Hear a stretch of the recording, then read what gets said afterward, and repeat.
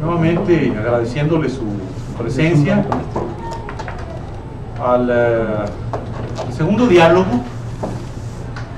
en términos de esta semana, lo que hemos denominado la Semana del Colegiado Académico del Campus Juárez de UPNESH.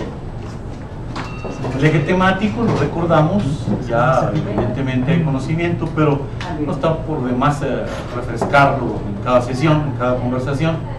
El eje temático es evaluación educativa y su impacto en la reforma educativa mexicana en este tiempo, en este momento. Las perspectivas distintas. Hemos tenido ya la presencia del secretario académico de la UPNESH, el maestro Jesús Ríos, que nos estuvo hablando ayer en el sentido académico y por supuesto también desde la perspectiva de funcionario de esta universidad.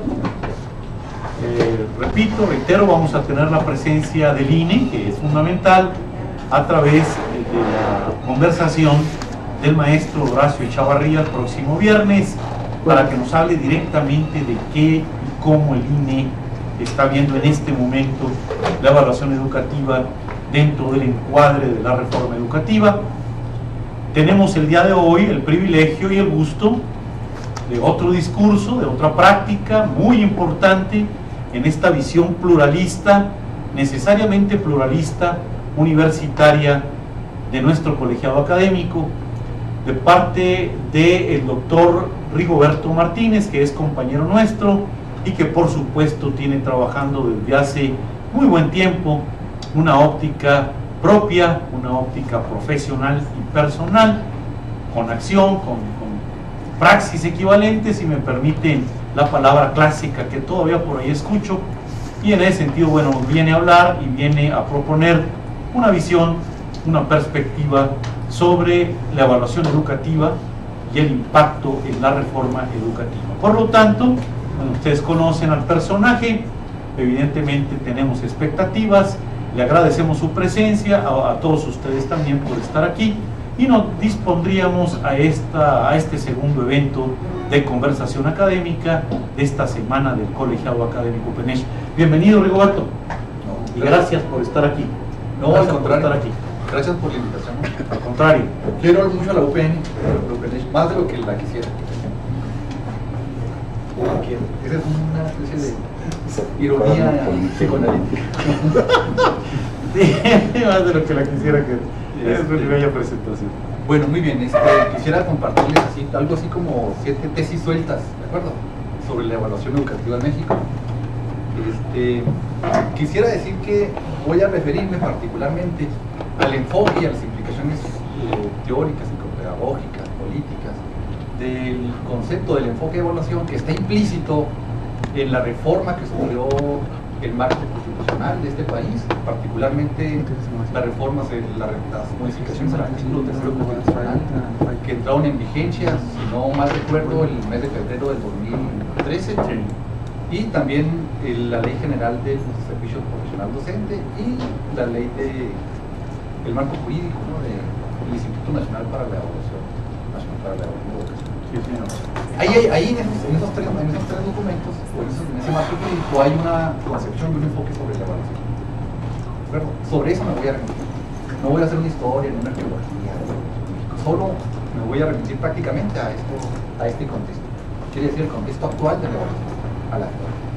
Bien, en esto encontré 7 tesis que quiero compartir. La primera es que a manera de afirmación, ¿de acuerdo? Una afirmación que está sujeta al debate.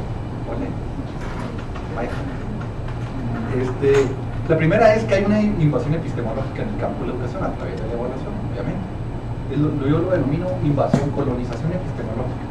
Hay muchos de los conceptos, de las nociones, de los enfoques que no proceden del campo de las humanidades, de la educación propiamente hablando, sino que provienen de otras disciplinas que han estado permeando, que han estado invadiendo. Yo le llamo colonización epistemológica. Y una de ellas, por supuesto, tiene que ver con el enfoque de la evaluación.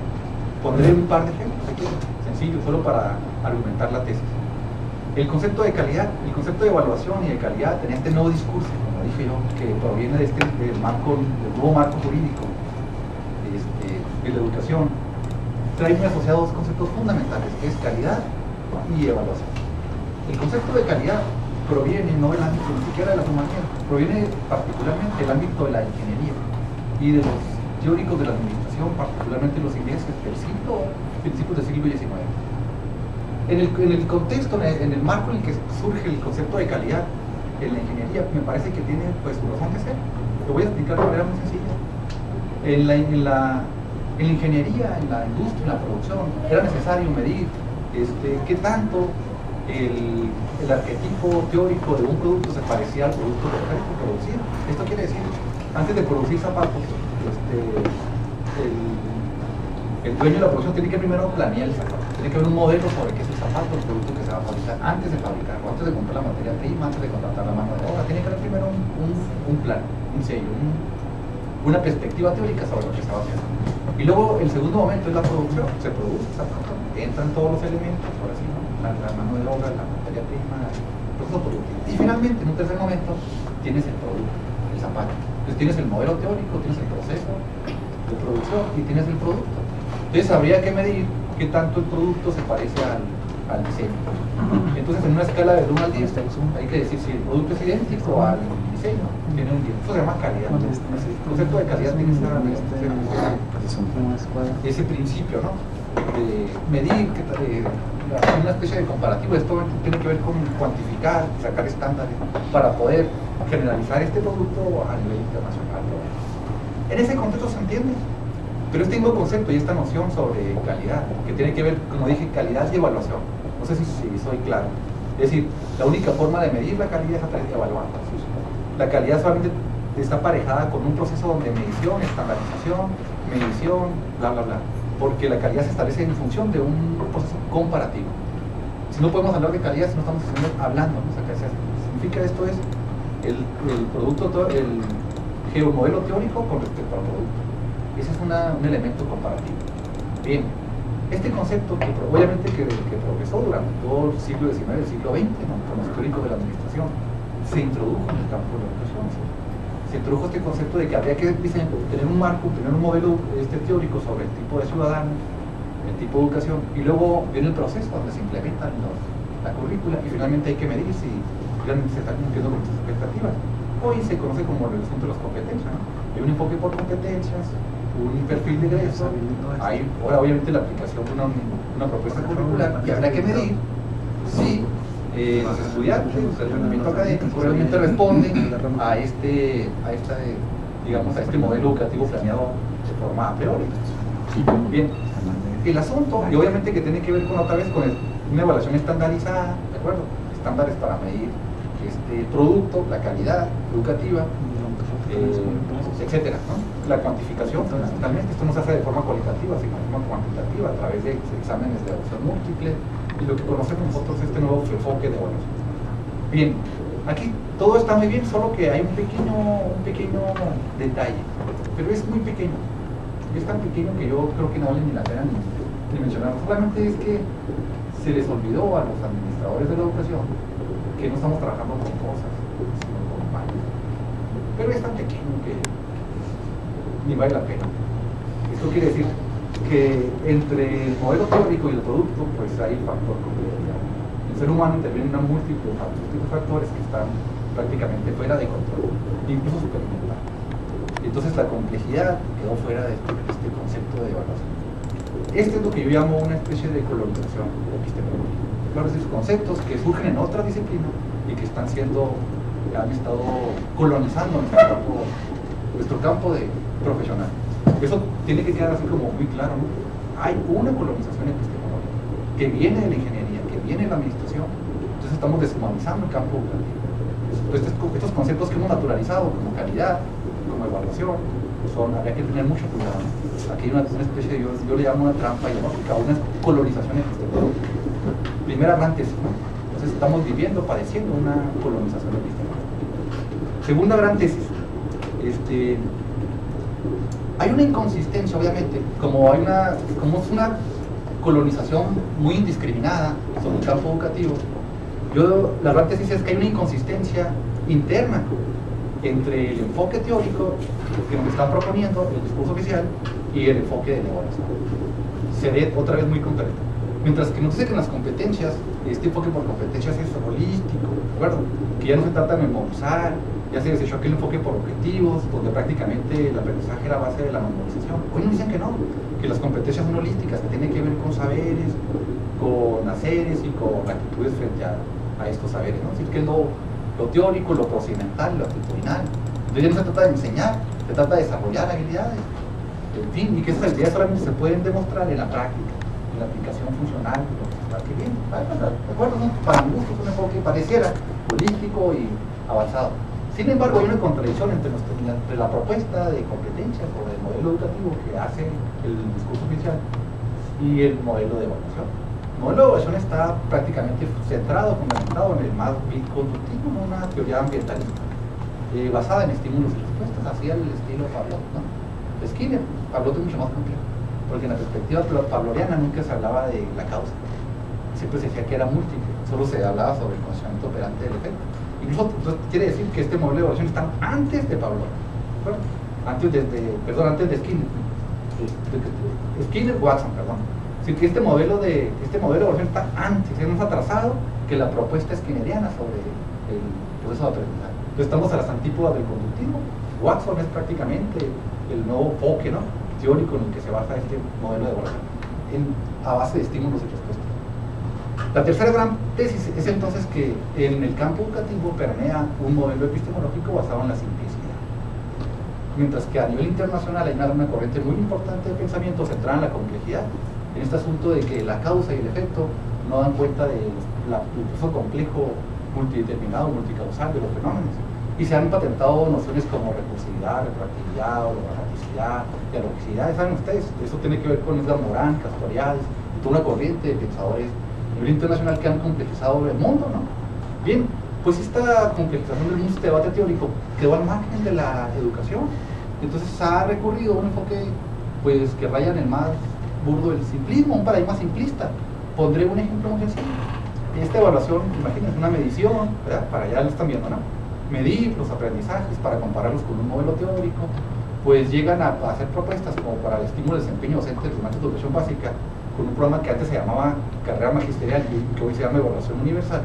Este asunto consiste en estimular, en premiar, en darle una compensación salarial, ¿de acuerdo?, económica a aquellos maestros cuyos resultados de aprendizaje sean mayores, mejores.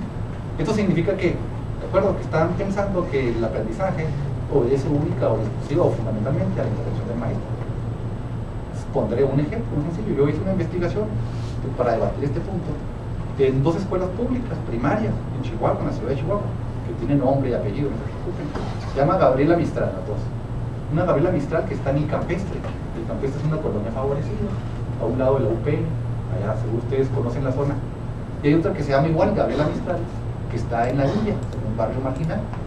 Bien, las dos tienen el mismo nombre, son las dos federalizadas, ¿de acuerdo? Son públicas las escuelas. Y los resultados de sus evaluaciones a través del enlace de PISA son significativamente diferentes. Esto quiere decir, apliqué un estadístico diferencial para ver si había diferencias significativas. Entonces, cuando hice esa aplicación, obviamente que la escuela del Campestre está por arriba de la media nacional y la de la Villa está por abajo de la media nacional. Es decir, que en términos matemáticos es imposible que la de la Villa vaya alguna vez en su vida a imaginarse estar en los resultados de la escuela del Campestre. Pregunto yo, entonces esto significa que obviamente que los profes que trabajan en el Campestre van a ganar más, les van a dar un estímulo porque los resultados fueron mejores que los que están en la Villa. La pregunta sería, entonces quiere decir, se deduce de esto, según el discurso oficial, según el enfoque, que los profesores que trabajan en el Campestre son mejores profesores que los que trabajan en la Villa, ¿o no? ¿O por qué se les va a otorgar ese estímulo? La pregunta sería, imaginándonos, ya que estamos con absurdos, ¿no?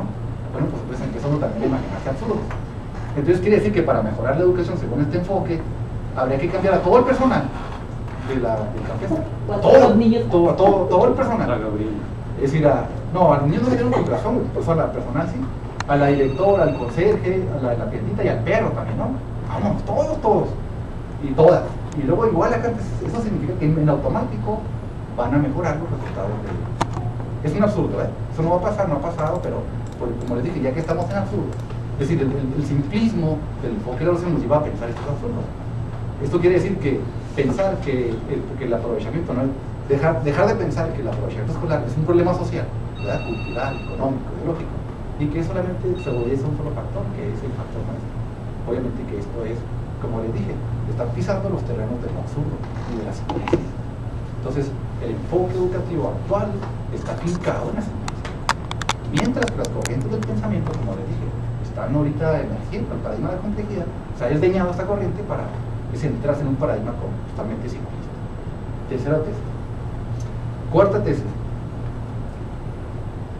Aún admitiendo el enfoque simplista, ¿verdad?, de la evaluación. Fíjense, dije yo, como dicen los abogados, que dice, suponiendo sin admitir algo así. Aún dentro del enfoque, me voy a poner en el enfoque, no voy a criticar el enfoque, está bien la evaluación estandarizada, eso, En ese enfoque hay una inconsistencia, porque si bien, como todos sabemos, si no lo voy a repetir, no voy a andar porque es una panfleta. La evaluación, saben ustedes que es una demanda de los grandes organismos internacionales, ¿no?, que tiene el gobierno de México y que a partir de eso se aporta. Pero no voy a andar en eso porque eso está muy trillado. Solo diré lo siguiente: es algo extraño que haya decidido el gobierno de México, y habrá que preguntarnos, ¿por qué decidió evaluar a través de una estrategia censal en vez de una estrategia muestral? Cuando los países a los que ha seguido el paso, ¿verdad?, México, prácticamente la evaluación es a través de una estrategia censal. Muestran Chile, España, Estados Unidos. Cuando Estados Unidos quiere evaluar el sistema educativo, lo que ha dicho las matemáticas, lo que ha dicho la estadística, lo que ha dicho hasta conocimientos, la investigación hasta el momento, es que lo más apropiado, lo más confiable, dije yo en términos matemáticos, estadísticos, es una muestra. Tienes una población de 1,5 millones, 3 millones, pues con una muestra que saques tú de 300,000, bien estratificada, muchísimo, porque puedes controlar el efecto, las variables independientes se pueden controlar, tienen un factor de control, la confiabilidad. Estados Unidos lo hace así, saca muestras. Lo hace Chile, o sea, todo el mundo. ¿Por qué? Porque hacer un censo, o sea, que evaluar a todo el sistema educativo nacional, a todos los maestros, a todas las maestras, a todos los estudiantes, a todos los actores que participan, es además de muy caro, pero muy, muy caro. Es operativamente muy complejo y los resultados son muy, muy dudosos. Hay muchos sesgos. Entonces, la pregunta que nos hacemos es, ¿por qué? En la misma lógica esta de estandarizar y medir, o ver a la evaluación como una medición estandarizada, ¿por qué utilizar la estrategia menos recomendable, la más costosa, la más complicada y la menos confiable? Bueno, entonces quiere decir que hay una inconsistencia. La tesis es que, entonces, lo que está pasando con esta reforma educativa es que no están interesados en evaluar la educación. Si estuvieran interesados en evaluar la educación, detectar los males de la educación para luego buscar estrategias para corregirlos, pues se buscaría una buena estrategia de evaluación. Pero como parece que la estrategia no es la más indicada, qué raro, ¿no?, que no le copien esto a Estados Unidos. Entonces la pregunta sería, entonces, si no quieren evaluar la educación, entonces ¿qué es lo que está detrás de la evaluación? Y aquí, más que tesis, es una sospecha. Entonces en los mismos procedimientos que proponen la del INE, ahí hay que ser suspicaz, ¿no? Cuarta tesis. Bien, pues mi tesis, y esto está sujeto a discusión. Entonces lo que estamos presenciando actualmente, ustedes, todo el magisterio, hoy los maestros, yo me comuniqué por lo menos con 3 personas, 3 maestros de educación básica, hoy están prácticamente a nivel de la histeria, de la neurosis. El día de hoy, hace como media hora, están llenando los últimos datos en el sistema y no quieren utilizarlo. Bueno, esa neurosis que es de todo el país, en realidad no es una estrategia para el país, ¿no? En realidad lo que se está poniendo en práctica es una reforma laboral. ¿Qué quiere decir esto? Que las modificaciones, particularmente, como dije yo, al artículo 3 constitucional y a la Ley General del Servicio Profesional Docente, las cuales me gustaría compartir a lo mejor de forma más detallada con ustedes, ¿no?, o los comparto en un escrito, que tienen que ver con prácticamente que el ingreso al servicio profesional docente será producto de una evaluación. La permanencia en el servicio docente será producto de una evaluación. La promoción, o sea, el estímulo, será producto de una evaluación. Y también el ascenso administrativo será producto de una evaluación. ¿De acuerdo? Entonces dijimos, ingreso, permanencia, estímulo y ascensos van a ser producto de una evaluación. Una evaluación estandarizada, no más tipo de evaluaciones. Bien, el asunto entonces quiere decir que el gobierno no está interesado en evaluar la educación. Lo que está interesado es en flexibilizar las condiciones laborales del sector magisterio. Es decir, lo que está ahorita en juego es que esta reforma educativa pone tela de juicio en la contratación definitiva, permanente, definitiva y a largo plazo. Hoy se acabó esto.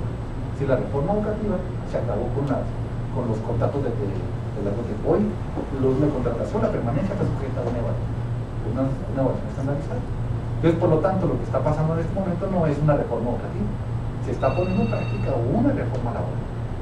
¿Sí? Los maestros y las maestras saben que su trabajo va a depender del resultado de la evaluación. Entonces no estamos hablando, hay que desplazar otra vez.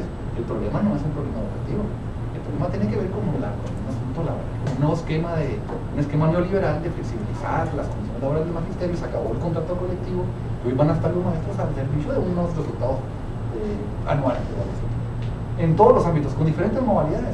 Los directores ya no van a tener planes de directores, ya no hay plazas de tiempo completo ni permanentes, van a estar sujetos a 2 o 3 años de prueba con un tutor. Y claro que esta modalidad, como dije yo, estamos todos hablando de una reforma laboral, ¿no? Una nueva modalidad de contratación laboral. Eso es de lo que estamos hablando. Digo, seamos claros. Lo que va a cambiar en la educación básica es una nueva relación laboral. Entonces, ¿quién va a decidir si un director, si un supervisor, si una maestra de grupo se queda con su clase? Digo se queda porque ya no va a haber momentos de ejercicio, siempre van a estar condicionados a la evaluación de la permanencia. El tutor, ¿y cuáles van a ser los criterios del tutor? Entonces, obviamente que tampoco dependen solo del examen, también dependen de los criterios del tutor. Entonces, no sé si me estoy explicando, porque hay un tutor, porque va a haber un examen, porque va a haber un curso de actualización. Entonces, de manera global, eso es lo que va a determinar, lo que va a decidir, si se queda, no se queda, si se promueve, no se promueve. Pero esos criterios son muy discrecionales. Entonces, sigue siendo también la evaluación y la contratación básica, sigue siendo una especie de discrecionalidad para mi gusto ideológico. Entonces, conclusión. Entonces, no hay que hablar de una evaluación educativa, hay que hablar de una reforma laboral, de la operación, por fin. Ya lo sabíamos, más que hoy se está viviendo, nos hagamos locos. Esa reforma laboral se puso en vigor en el mes de febrero del 2013. Nadie dijo nada, hoy se está sintiendo. ¿Qué implica la reforma del artículo 3 de la Constitución? Ya no sé en cuál tesis voy, en la 5, ¿verdad? Sí. En la 6. Finalmente diré entonces un tema que no se ha hablado, para mi gusto, o por lo menos no lo he escuchado, es que detrás de esta evaluación hay un peligroso proceso de privatización de la educación. O sea, un proceso que ha pasado de manera subrepticia, ha pasado de manera invisible. Se está llevando a cabo un proceso de privatización muy abrupto de la educación pública. Ustedes dirán, oye, Rigo, es un panfleto, ese es un anatema que hemos escuchado todo el siglo XX. A ver, argumenta por qué la evaluación es una estrategia para privatizar la educación pública. Muy bien, porque resulta, es algo bien sencillo. ¿Qué creen? Que el artículo 3 constitucional le da autonomía al INE, ¿no? Obviamente que aquí la Secretaría de Educación Pública le está quitando la rectoría, se está sola quitando la rectoría de la educación, se está dando un organismo descentralizado y autónomo, ¿no?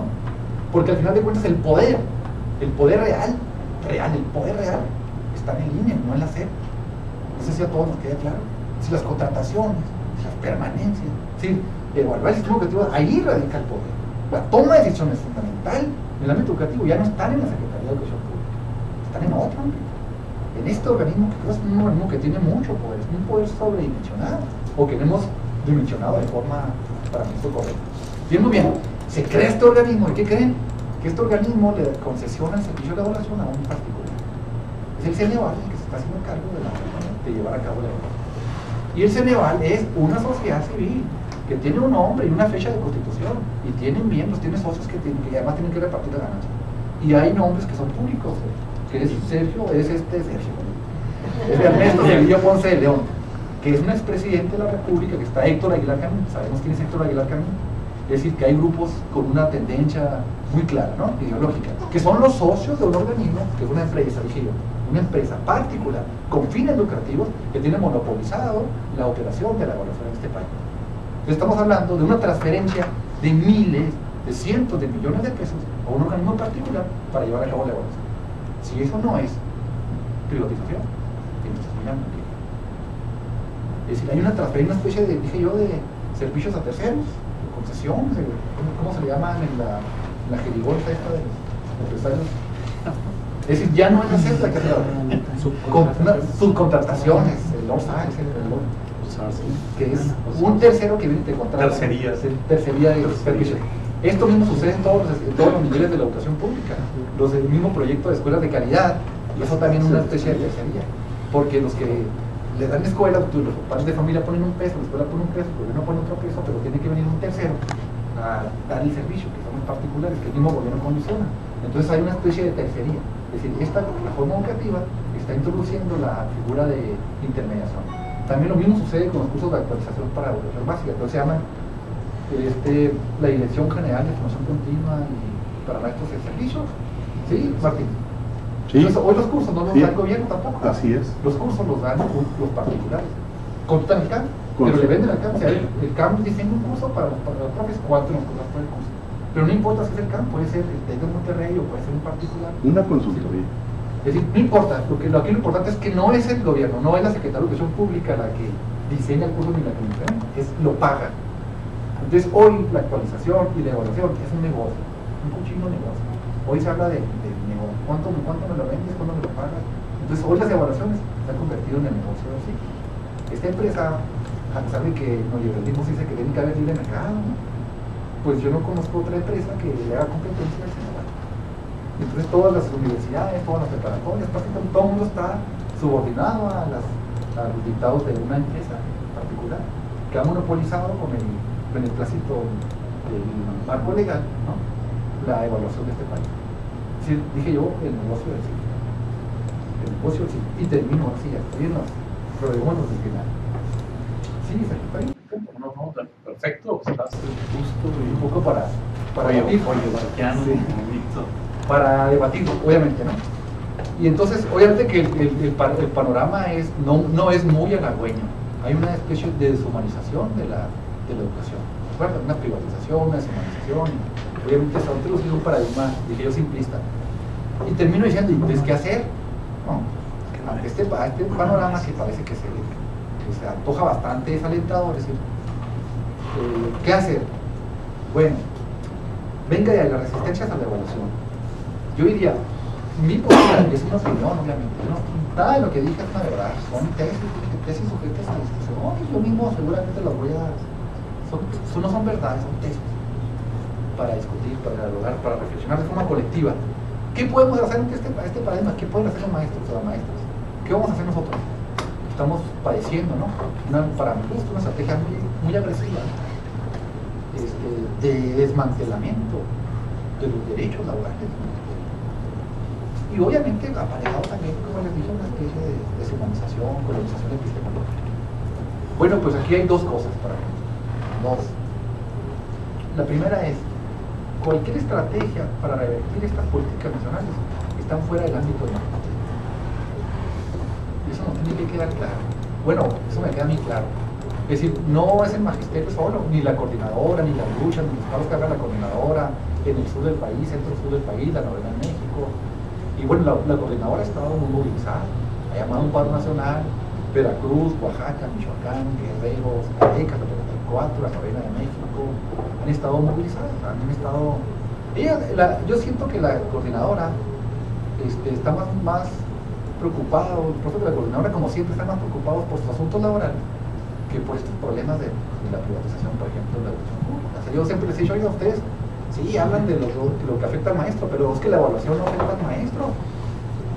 Es un asunto de interés nacional, general, o sea, que del erario público se estén yendo cientos de millones de pesos a manos particulares. Es un asunto que tendría que preocuparnos a todos, no solo a los maestros. Es decir, que siempre el gobierno está diciendo que hay falta de presupuesto, ¿no? Que no hay presupuesto, que las políticas sociales no hay presupuesto, hay un adelgazamiento de las políticas sociales, para el gasto social, constante, sistemático, ¿de acuerdo? Y en aumento, siempre, porque no hay presupuesto. Pero para el rescate bancario, para pagar la evaluación o los cursos de actualización, para eso no hay límites, no tienen límites. La Dirección General de Actualización permanente, ¿cómo se llama? Dirección General de Formación Continua para maestros de educación básica y servicio. Que no, lo repasé. No tienen límites, tienen una cantidad de dinero que ustedes no se pueden imaginar. O sea, no hay límites, porque van para bolsillos particulares. Qué curioso que cuando se va a beneficiar a particulares no hay límites. Esos asuntos no están en los intereses de la comunidad. Este asunto de la privatización están los intereses particulares. Bien, pienso, esto no se va a revertir, no lo va a revertir el magisterio, ni siquiera organizado, ni siquiera hablando de una huelga nacional del magisterio puede revertir esa política. Son políticas de Estado. Son políticas de Estado, es una reforma al marco legal, al artículo 3º constitucional y a sus leyes complementarias, que tienen que ver con un paquete de reformas, es una nueva concepción del Estado-Nación.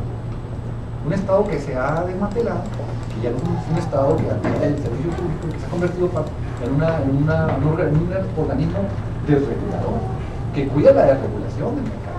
Es una lógica internacional, global, va mucho más allá. A mí me queda claro entonces que tendrá que ser un cambio de régimen, o sea, para revertir este asunto tendrá que haber de forma un cambio de régimen. Yo no digo que socialismo ni nada de eso por el estilo. Estoy diciendo que es un cambio de régimen. No se va a resolver con una negociación sectorial. Eso, por lo menos, creo que las dimensiones del problema son mucho más grandes. Dije, tienen que ver con una concepción de Estado-Nación. Esto, lo que estamos hablando, es una nueva concepción del Estado-Nación. Que es importante emprender para hacer luchas. Yo creo que sí. Yo creo que hay que juntarse todos con. Hay que generar la corriente desde abajo, una nueva forma de hacer ciudadanía en todos los ámbitos, no solamente en el educativo, como dije. Y hay que construir una nueva concepción de Estado-Nación.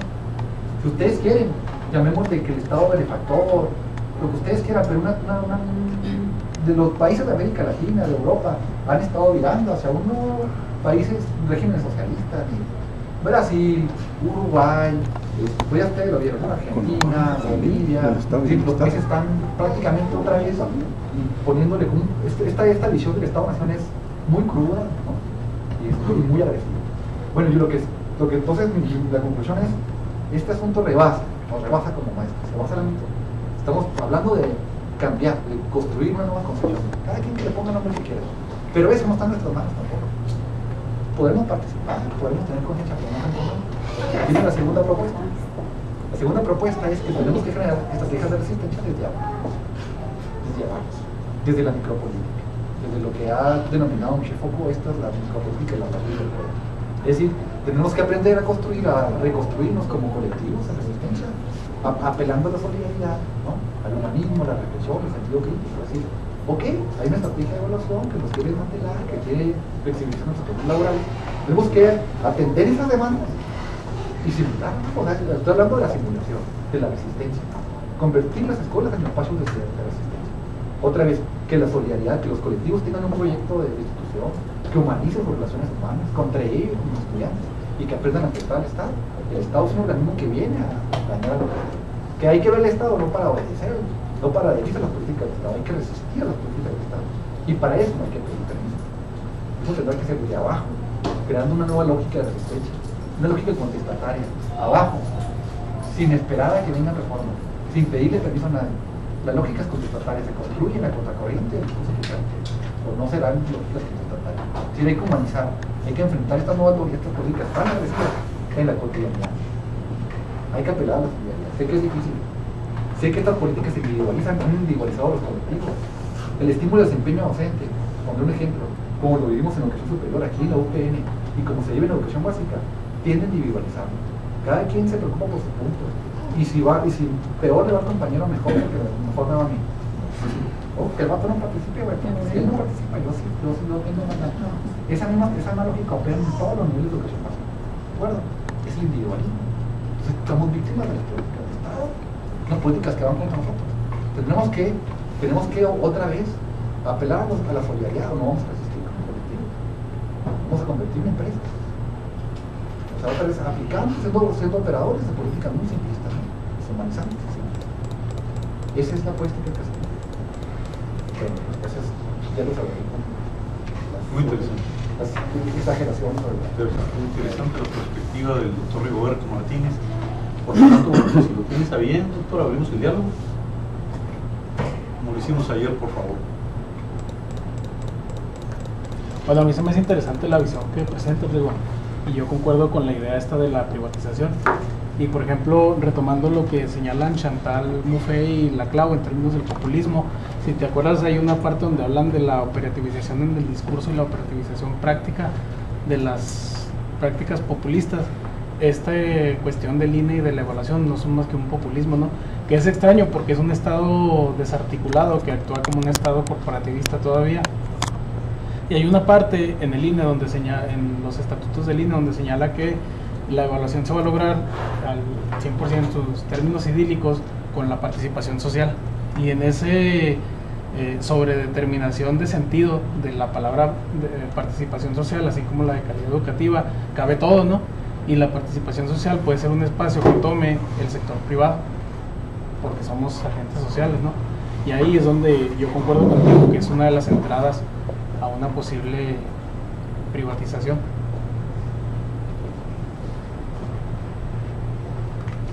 Así que quedan las participaciones y luego... ¿Está más conveniente el diálogo? Adelante. Ustedes busquen. La participación de Arturo es una participación muy inteligente. La respuesta se me antoja bastante. Voy a intentarlo. Lo malo que fuera a la inversa, sería muy poco cortés. Hay un libro de Ernesto Laclau que se llama La razón populista. Obviamente que es la continuación de de hegemonía y estrategia social. Sí. Y entonces rescato algo de lo que plantea, ¿no? Rescato que tenemos que reinventarnos, ¿no? Hay que reinventar una nueva forma de hacer política. Fíjense que, siéndole muy honesto, soy bastante escéptico que no de la estrategia de la coordinadora. Creo que esa estrategia ya está desgastada. Es una estrategia desgastada, una estrategia totalitaria, que raya en el totalitarismo, en la simulación, la negociación, y que no tiene una visión de largo plazo. Es decir, no veo en la coordinadora una visión diferente de Estado-Nación. Bueno, y soy de la coordinadora, participo en la coordinadora. Mis papás fueron fundadores de la coordinadora, mis amigos son de la coordinadora. Es el contexto donde yo me desenvuelvo. Soy muy escéptico. No creo que vaya a pasar. Soy muy escéptico, quiere decir. Está desgastado. Esa nueva forma de hacer política fue el siglo XX, ¿no? Los caudillos, los caciques, los partidos políticos. Esto está prácticamente lo que plantea Ernesto Laclau, es que es un paradigma del siglo XX, esta forma de hacer política, desde arriba, desde el Estado. Tenemos que reinventarnos, hay que reinventarnos, y todos tenemos que reinventarnos. Una nueva forma de hacer política desde abajo, apelando, como dije yo, a la solidaridad, a la diversidad. Tenemos que reconocernos como diversos, como diferentes, saber que somos diferentes. Puede ser que Sergio y yo reconozcamos que él y yo tenemos intereses antagónicos. Podemos tener intereses porque los tenemos, pero el antagonismo de Sergio y yo obedece a una misma contradicción. Solo juntos podemos enfrentar la contradicción. Seré más específico. Es decir, vamos a reinventarnos políticamente.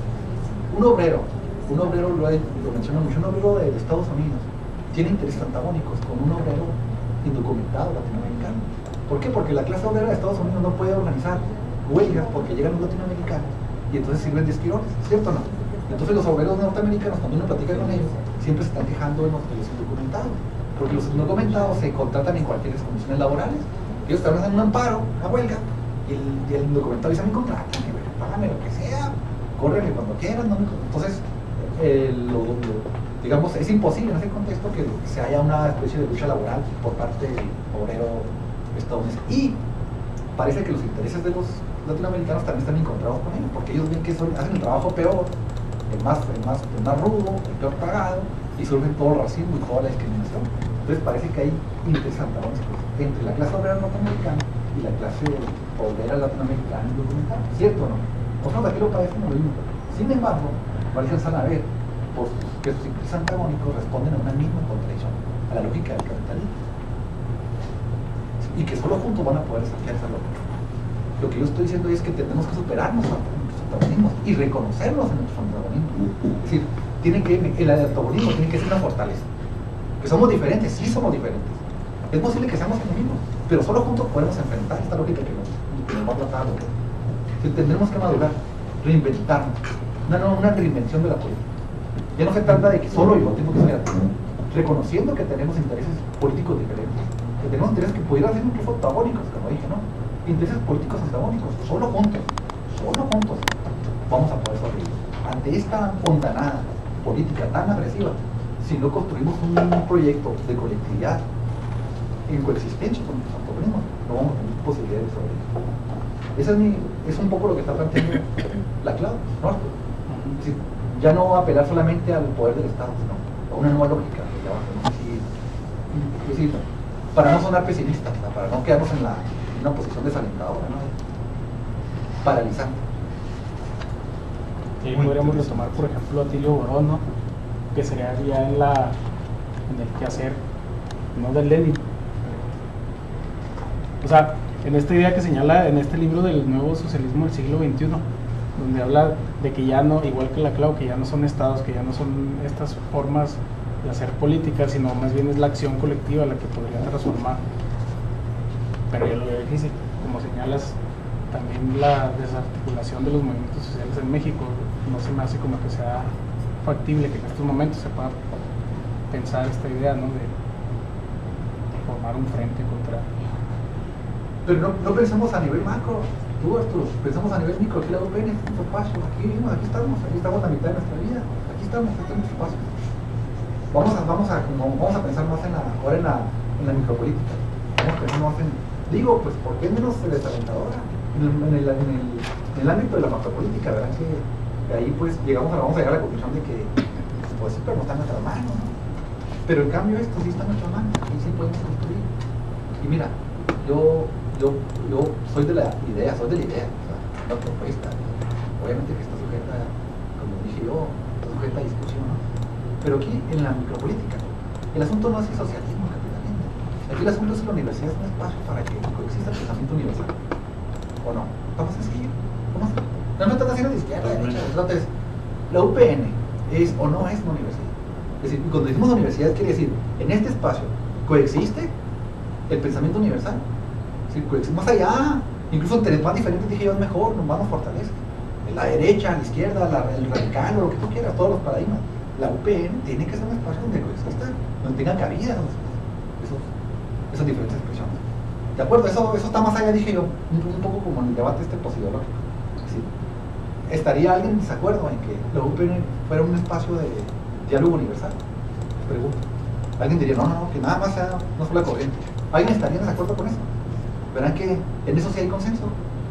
Que por lo menos coexistan las diferentes corrientes. Que exista, que esté ahí, que la gente diga, voy a la UPN, güey. De la UPN se da uno cuenta de que onda, las ideas más novedosas, ¿dónde está el debate de las ideas, de la ciencia, del humanismo? ¿No? Bueno, pues eso vale la pena, por eso vale la pena luchar. Pero esa no es la propuesta oficial. La propuesta oficial es una corriente. La corriente del simplismo, la corriente de la administración, de la calidad, de eficientar. ¿Para quién? Hay que eficientar la educación, ¿para quién? ¿Para qué? Bueno, pues le dije, no vamos a sobrevivir como universidad si no generamos una micropolítica. Donde los antagonismos se conviertan en fortaleza. Yo por eso digo, apostemos, hagámoslo, resistamos, no pidamos permiso, no tenemos que redactar nada, ni hacer un plan, ni consultarnos. Tenemos que en los hechos generar una micropolítica donde convirtamos en la universidad en un espacio de diálogo universal. Yo eso lo apuesto, se me hace que, digo, pues eso está en nuestras manos, tenemos que tolerarnos, tenemos que aprender a resistir, a solidarizarnos, a enfrentar a las lógicas que nos van a destruir, que son autodestructivas. Eso es mi apuesta, no sé, lo que sí puedes hacer. Claro, yo no digo que no hay que participar en esos ámbitos, también lo dije, ¿no?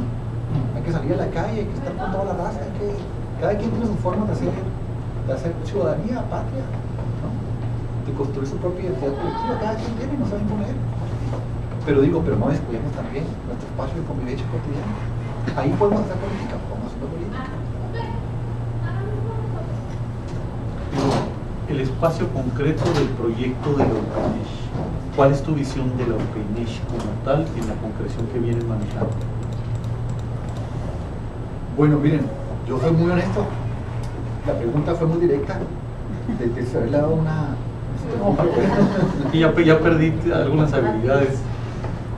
No, la UPN creo que perdió mucho con la transformación de UPNESH.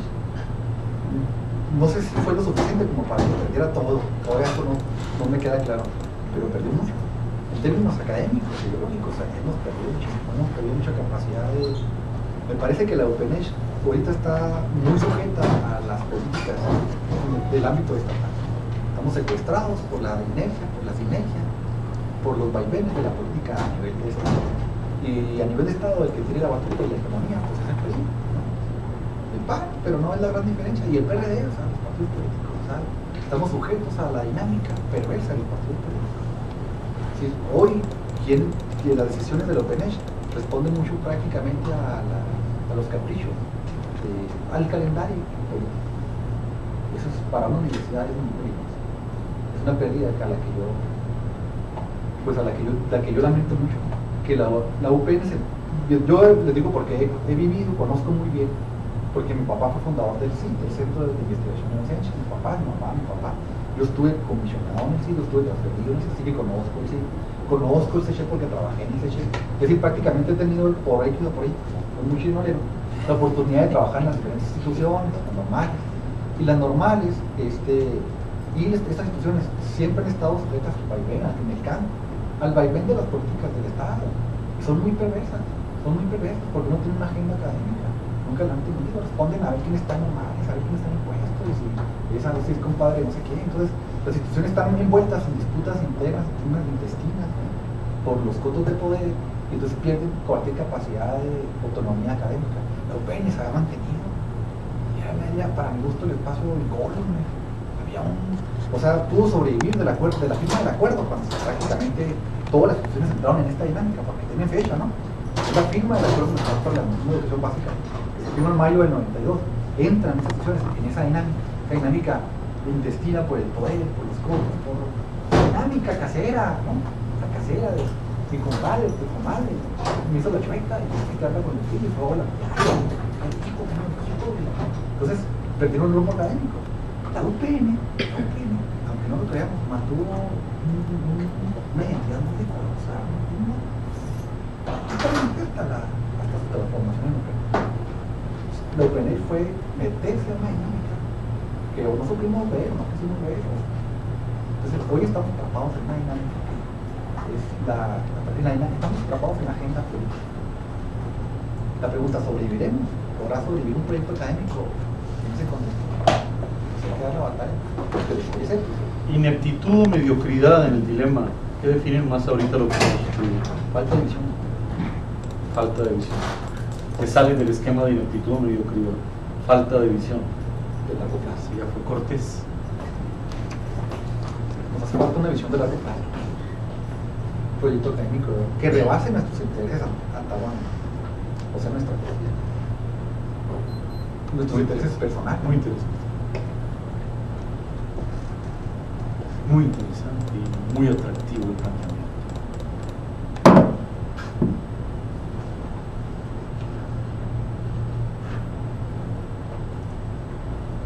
Silvia, ¿qué levanta la mano? Adelante, maestro. Maestro, yo veo muy difícil esta propuesta del Frente de Resistencia, dado que primero fue dividir a los maestros, sí, Maquiavelo lo dijo muy bien, dividir y vencerás. Con la famosa carrera magisterial, pues el magisterio está dividido. Entonces se busca hacer ese frente común, ¿verdad?, para resistir a la evaluación. Y no hay consenso, porque como usted bien lo dijo, hay intereses muy particulares, egocentrismos tremendos que no permiten visualizar el problema de fondo. Entonces, si el INE ya es un organismo autorizado, legalizado y vinculado con Ceneval, que los empresarios de Monterrey son los que manejan todos los dineros de Ceneval y protegidos por el gobierno, y quien tiene el dinero tiene el poder. Entonces, el escenario que se ve es esa ley de la oferta y la demanda de los maestros, ¿verdad?, que descalificados por lamentada evaluación van a entrar otros y va a haber mayor oferta, y por lo tanto, si hay mayor oferta de mano de obra, en este caso para el campo educativo, porque a eso vamos, obreros de la educación, no le va a importar a nadie, porque bueno, si ya se creó el escenario y se está creando, yo lo que necesito es trabajo, pues dame lo que se está viendo ahorita, un ¿cómo se llama? Se me fue la palabra, interinato.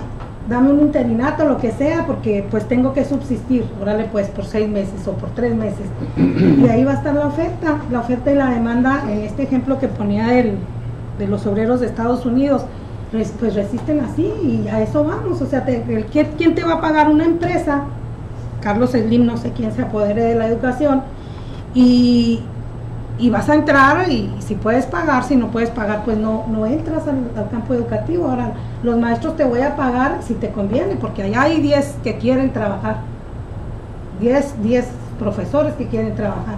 Entonces, ¿cómo generar esa resistencia si no estamos conscientes, si no hay esa conciencia social a la que pertenecemos, y vamos a retroceder el porfiriato, donde nada más los ricos podían estudiar?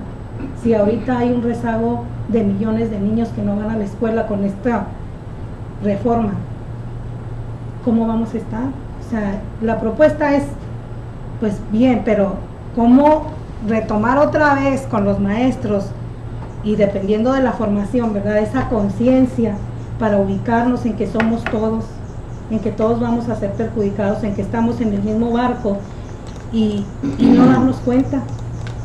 O sea, ahorita si en este escenario y en este análisis es inútil, ¿verdad?, entre comillas, lo que se está haciendo, porque ya es un mandato constitucional, y los maestros salen y se manifiestan y están en contra en Oaxaca, en Veracruz, en Durango.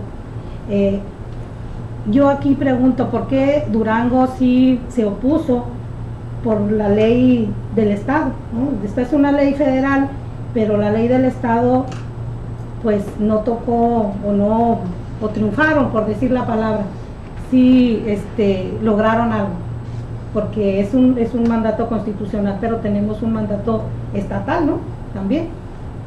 Entonces, ¿cómo enfrentarlo los maestros ahorita que están, y muy pocos en este frente, y buscando el apoyo, que dicen que por redes sociales lo tienen, pero mucho, pero eso no vale, porque si valiera, pues ya se había destituido Peña Nieto, porque en redes sociales todo el mundo quiere eso, pero en presencia no hay la presencia, pues, para esa represión que se quiere, o ese combate en una presencia física, pues. O sea, sí está bien esto del frente, pero ¿cómo si no existe la conciencia? ¿Cómo rescatar? Yo quiero aprovechar, bueno, el diálogo de Huerto es muy provocador y muy interesante, y el sentido histórico a reconstruir inevitablemente hay que tocarlo. Creo que la UPN, no la UPNH, nació crítica y nació de alguna manera resistencial, no contestataria, pero sí resistencial, y ahí radicó la dignidad, el hecho de estar siempre de manera permanente oponiendo el conocimiento, la crítica y la reflexión a las fácilmente detectables ineptitudes o arbitrariedades estatales en México. Sin embargo, en UPNH todavía no tenemos las ventajas de haber abandonado el esquema. Perdimos el esquema, pero no tenemos las bondades del nuevo. Ya no somos los dignos resistentes del pasado, pero no tenemos, hasta donde yo veo, todavía ninguna bondad y virtud o ventaja de un tránsito a una universidad más liberal, con mayores capacidades de gestión de recursos, de infraestructura, de inversiones, de vínculos con otros agentes, incluyendo la iniciativa privada, que no tiene por qué ser un tabú. La iniciativa privada es un elemento que está presente absolutamente en todas las universidades. Son estructuras que están allí buscando inteligencia para buscar mecanismos de convenio y de vinculación que rindan ganancia posible en política realista. Todavía no estamos ahí, tenemos 4 años que dejamos el esquema anterior, ya se nos nota que lo dejamos, estoy de acuerdo yo con Rigo, pero no se nos nota todavía la virtud y la bondad de haberlo dejado. Es como la incapacidad de haberse repuesto de un matrimonio fallido y todavía estar batallando con el nuevo, con los viejos problemas. Incapacidad de adaptación y de cambio. Todavía no dejamos los fantasmas, pero ya no les tenemos romance. ¿Por qué? Porque ya transitamos a otro esquema. Pero el nuevo esquema no se ve todavía. Yo no veo que lo peneche, no estoy completamente de acuerdo con Rigo. En estos casi 4 años tenga una nueva visión con todas las adjetivaciones posibles. Estoy hablando más bien de política y de gestión. No veo todavía al Open Edge en un enclave más preciso, con ganancias liberales, en términos de convenios que le den mayores recursos en este capitalismo que vivimos, para tener mayores posibilidades de inversión, de gestión, de contacto. Todavía no veo al Open Edge en esa nueva legitimidad que exige la nueva estructura, en esa nueva posibilidad de dejar el romance anterior para empezar a vivir la vida adulta redefinida con la ruptura con el pasado, o por lo menos con la asimilación de un pasado que ya se fue. No veo eso. Y acepto el asunto de este reto, me parece muy interesante, por eso me atrevo a hablar, de que busquemos una nueva visión. Una nueva visión que tiene que resistir a la misma resistencia inerte. Porque lo más fácil es volver al discurso pasado y decir ahí recuperamos la dignidad y volvemos a la inocencia. Yo creo que esto es inviable en la vida personal. Nadie vuelve a ser inocente después del primer amor, aunque tiene capacidades de seguir haciendo amor después de sobreponerse a las trabas hermosas que la vida presenta. Tenemos que transitar hacia adelante. La visión tiene que ser una visión adulta, liberal, crítica, resistencial, pero no solamente ante el capitalismo ogro. Tiene que ser resistencial también ante la fantasmática del pasado que no nos deja transitar hacia la nueva posibilidad de la vida, no del disfraz ideológico. Yo creo que estamos en ese momento. Yo creo que ese es el reto en este momento. Y eso exige de pluralismo. Y el pluralismo no es relativismo. ¿Por qué? Porque el pluralismo parte de una noción común. Algo me une a ti. Por eso somos plurales. Si no, seríamos relativistas. Diversos. Entonces yo estoy completamente de acuerdo y creo que tenemos que montarnos en esa lógica. A mí me entusiasma escuchar a Rigoberto con esto. Y lo retomo desde lo que puedo pensar y sentir y haber vivido. Seguramente la visión tendrá que plasmarse en una intención y en una acción que mida congruencias, entre otras cosas, y capacidades. Creo que el discurso, y en eso estoy también totalmente de acuerdo, el discurso, por más romántico que haya sido, perdió el sujeto evocante. Necesitamos nuevos sujetos.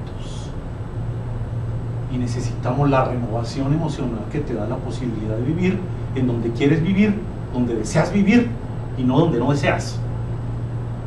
La UPN es UPN, la UPN es UPN. Yo hasta el momento todavía no veo en el horizonte con claridad el nuevo amor. Y eso seguramente es crítica. Esa es mi manera de resistir. Yo todavía no veo ese futuro deseable. En fin, es lo que provocas. Maestro.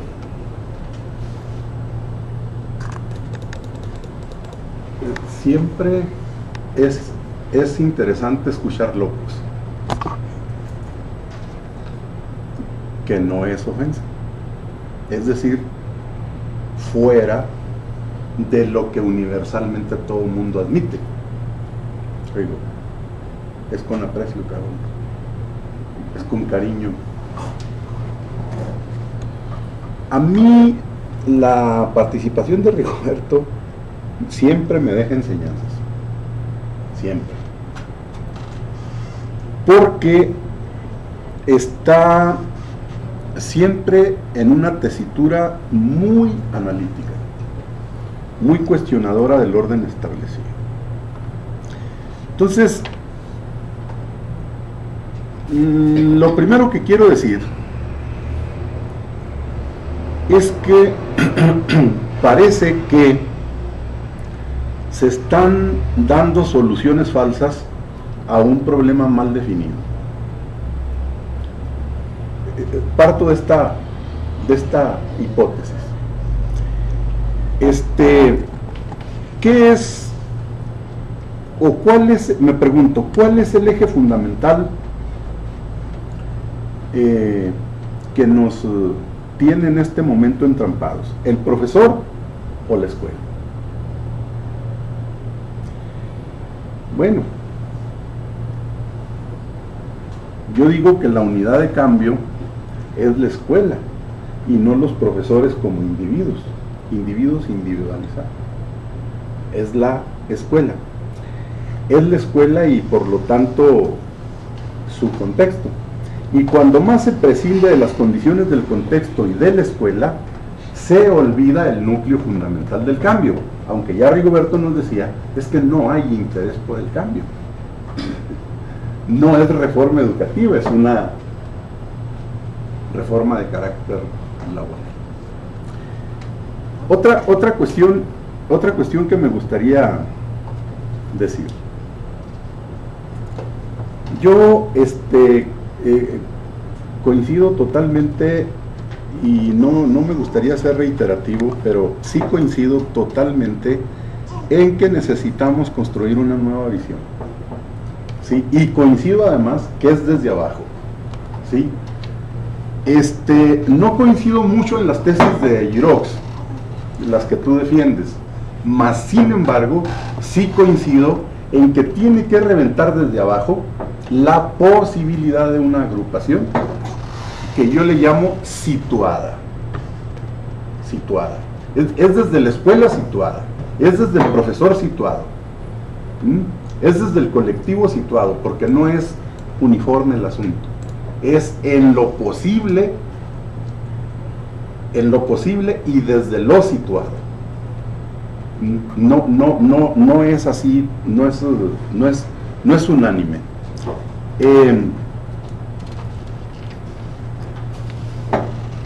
Este asunto de construir una nueva concepción,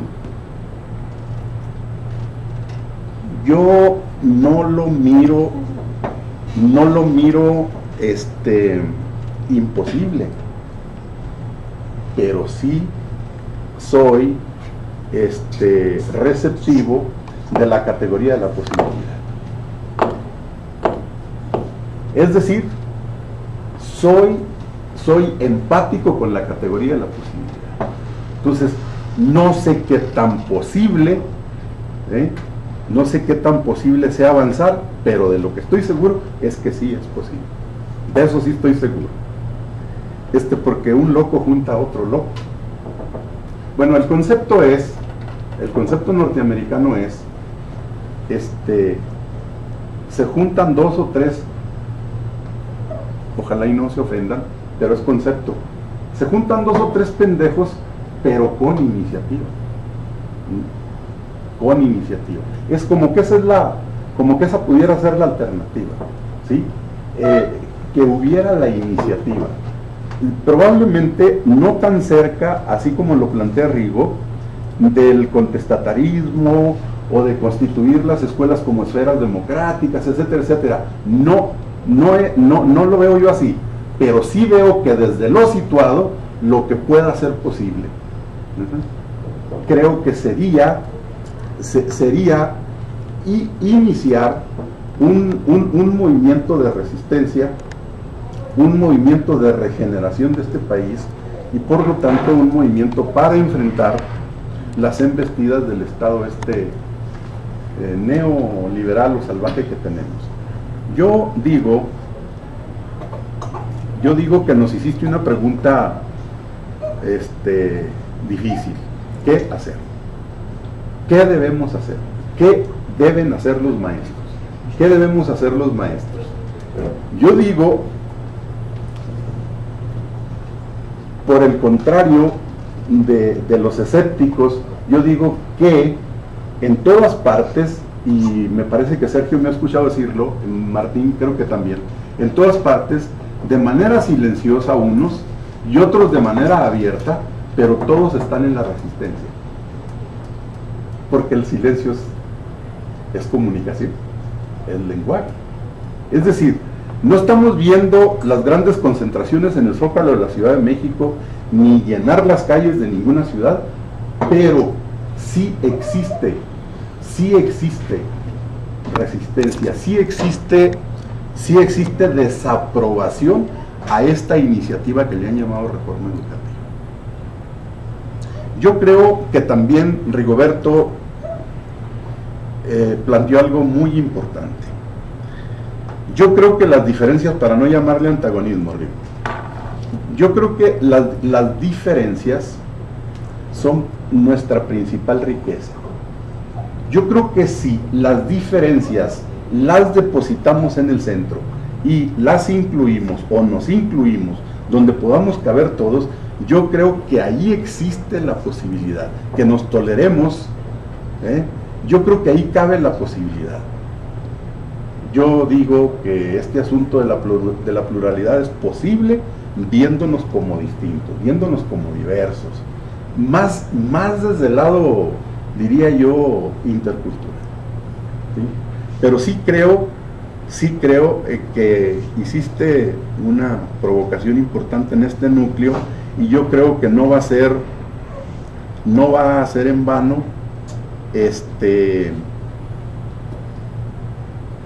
En todas partes y en todas las escuelas, Virgen Santa, pero en todas las escuelas existe este tema. Este tema se habla en todas las escuelas y se habla contra este tema. Entonces, ¿qué se requiere hacer? Si de manera silenciosa o abierta todo el mundo habla contra el tema de la evaluación, ¿qué se requiere hacer? ¿Qué se necesita hacer? ¿Sí? ¿Sí? Ahí lo dejo. Sí, Maestro. Yo no quiero dejar pasar la oportunidad también de sumarme en alguna medida a este discurso, ¿no? Pues es a través del discurso, yo creo que primero, como se hace la asociación, el discurso tiene esa fortaleza, hacemos más social a través del discurso, y entonces puede uno poner en escena un discurso, lo que sea, la cuestión es hacer lazo social. Yo coincido con esta parte, ¿no?, en la que pudiéramos estar pensando en una estrategia desde el ámbito de la microfísica del poder, en la relación inmediata con el otro, como escenario. Un escenario en el que se pudiera en un momento dado, en este ejercicio del poder, hablar de la gran posibilidad de la ética, o de hacer de la vida algo que gira alrededor de una ética y una estética, que sería la posibilidad humana. Pero ¿cómo romper? Yo creo que no hay respuesta ahorita, en el momento. Se está teorizando, se está derramando tinta para poder interpretar este momento en el que estamos, por el que estamos transitando, ¿no? Donde vemos desmoronarse economías como la griega, que hace tambalear otra economía, etcétera, ¿no? Hay una posibilidad en el, que puede permitirnos ver cuando pensamos en un absolutismo de la realidad, ¿no? Es una categoría que usa Brueggemann, ¿no? Alguien que la utiliza al hablar del mito. Y la posibilidad es que ese absolutismo de la realidad está más cercano a la indiferencia. Estos absolutismos nos llevan a la invisibilidad. Eso es lo que está haciendo ese absolutismo de la realidad. Nos está invisibilizando, nos está haciendo invisibles, nos está decantando, ¿no? Nos está llevando a ese terreno que tanto miedo nos da, que es el de la individualidad, pero una individualidad no entendida, ¿no? Una individualidad en la que pensamos que la individualidad es segregación, es solo yo veo por mis intereses, cuando tenemos mucho en común. Yo creo que un punto en común que tenemos es es ver que estos totalitarismos lo que vienen haciendo es romper con aquellas formas tradicionales de organización. Por más que el discurso pretenda hacer un lazo social y decirnos que sus políticas van encaminadas a la familia, a la comunidad, al barrio, lo que hacen es diluirlo constantemente con estas puestas en escena, con estas acciones, con estas posibilidades que se presentan, ¿no? Entonces, pero yo quiero pensar también, pero si vamos a pensar, si vamos a discutir la posibilidad de la UPENECH como institución social educativa, tendríamos que empezar también, si este es desde otra perspectiva, que daría la pluralidad de la que se habla aquí, sería, sí, ver esta ética, pero desde una ética diferente a la ética, o digamos a la moral social. ¿Por qué no pensar en una ética del deseo? Nuestras instituciones son instituciones desexualizadas, no son eróticas, no están vivas, son zombies, deambulan por aquí, zombies, deambulamos como zombies.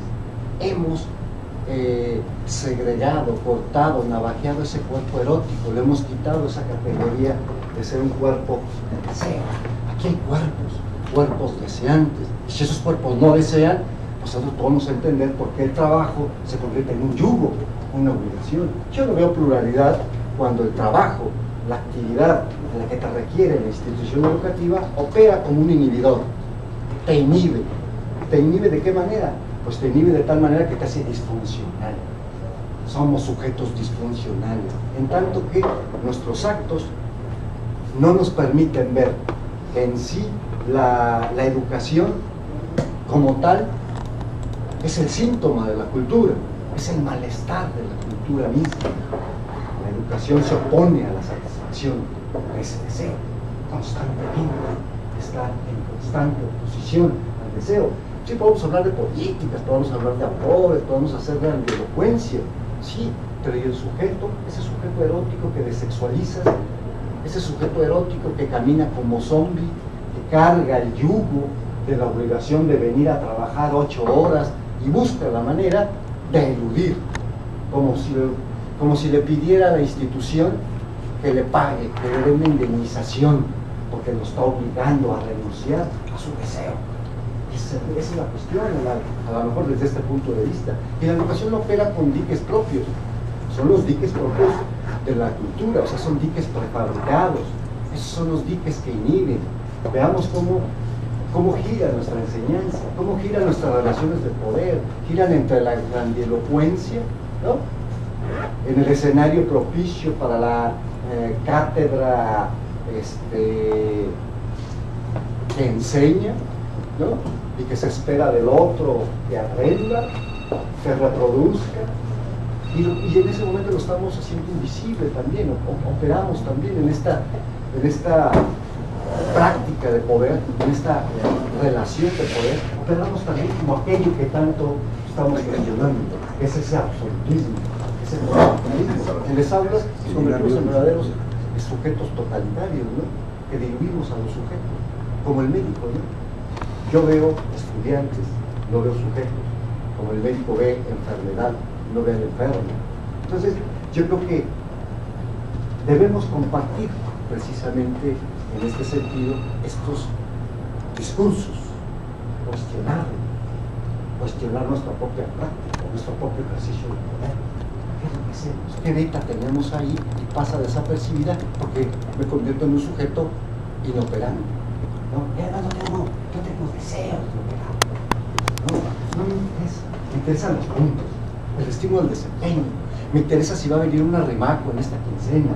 Me interesa que ya el día 3 por fin abran las puertas de esta prisión que es la escuela para salir corriendo con los niños. Son las grandes contradicciones. Pero después llego, me inserto, ¿no?, y hago lo que hago. ¿Ya se van a enviar?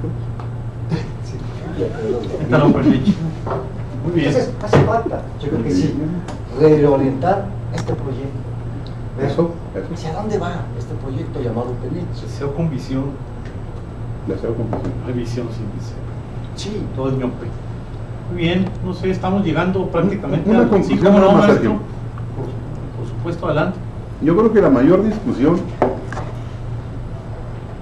que se plantea en la UPNESH y fuera del UPNESH es la legitimidad de los criterios con los que echaron a andar estas reformas. Creo que ahí está la beta para aglutinarnos y reaccionar ante ello. Porque dije hace un ratito, conclusión, en todas las instituciones educativas, cuando digo todas, hablo del concepto universal, están en desacuerdo de ceñirse a los mandatos de carácter normativos. Que todo el mundo está contra eso. Porque bien decías, se les olvidó una cosa, que en las escuelas habemos personas, habemos seres humanos sujetados,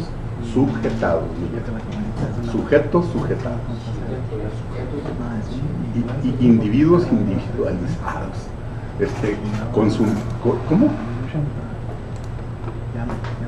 consumidores consumidos, y toda la gente dice alto con eso.